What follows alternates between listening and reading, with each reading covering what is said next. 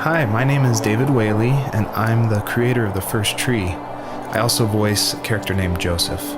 So I just wanted to introduce you to this commentary mode, tell you that you can find interesting things about how I made this game by touching the speech bubbles you see in the world. So I hope you enjoy it.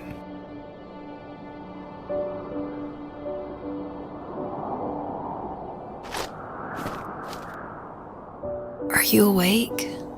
I thought I heard you get up. Yeah, I'm awake. Sorry, I just can't sleep. Are you thinking about him? Yeah, a bit. Usually get back to sleep, my love. I'm fine. No, it's okay. What else is on your mind? I don't know. It seems weird, but I had one of the most vivid dreams of my life. I saw a fox on a snowy mountain, just looking confused and worried. Those eyes. I can't get those eyes out of my head. She was running in the windy snow, looking for something. Do you think it has to do with you and what's been going on? I don't know. It was just a dream, Rachel. They're not meant to make sense. A lot's happened the past couple days, that's all. Well, if you're not going to sleep anyway, you should tell me. I want to hear. All right.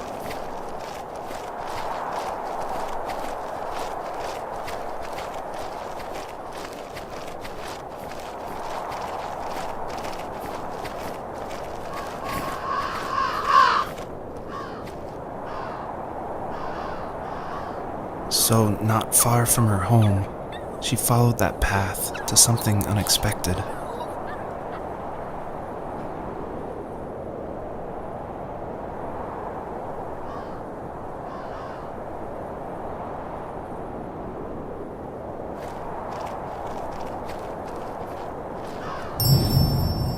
So it's usually at this point where people say something like, "This is not the kind of game I was expecting."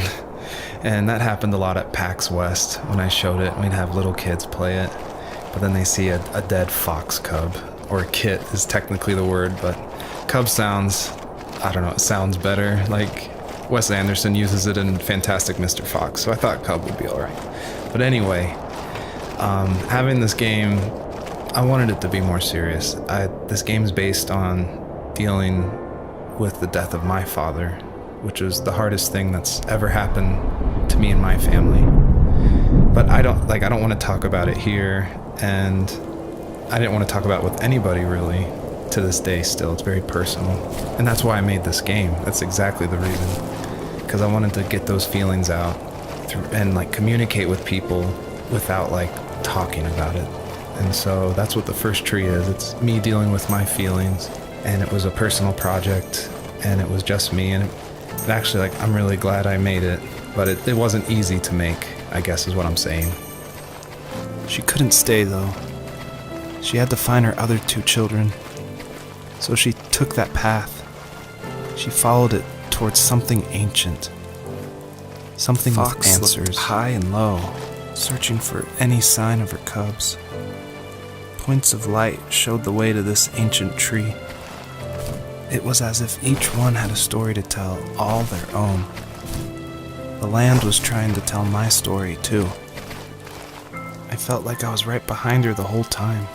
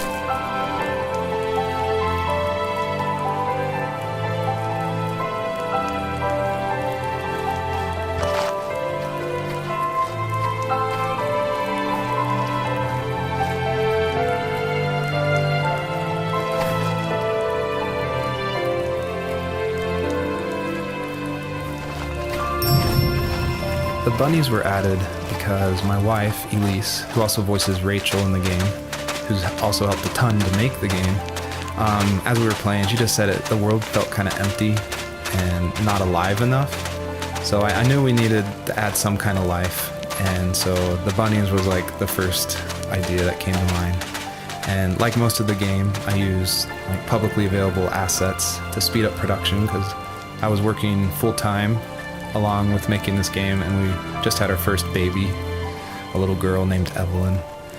So I was messing with this asset called Herd Sim, and at one point, like the generation script that creates variations of the sizes of the bunny. One time I got out of control and it made like this monster bunny that towered over everybody. And I shared that GIF on Imager and Reddit, and that was a huge hit. It helped definitely gain an audience for this game. But it's hard because this game is like so serious. It's about life and death, not giant bunnies. But I knew I needed something, like a shout out to that, because it was pretty fun.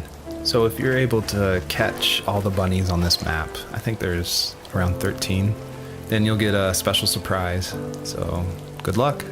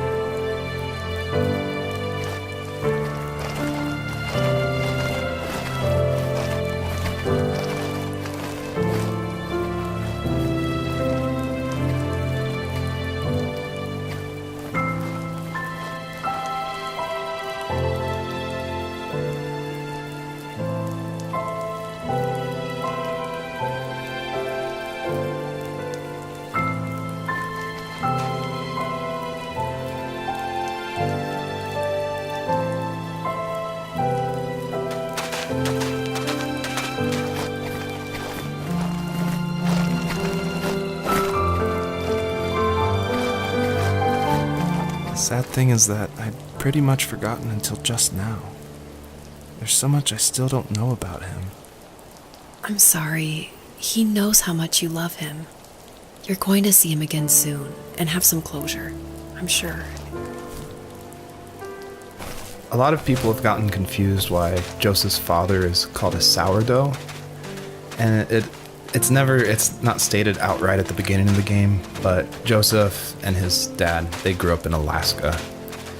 And I don't have a real connection to Alaska except through friends who lived there, and it was also the place that me and my dad were going to go right before he passed away.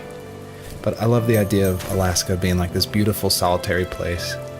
But anyway, what that has to do with sourdough is it's an Alaskan slang term about like someone who lives in the backwoods, like a redneck in Alaska. So I thought that was just to put some authenticity into the game, I added that word.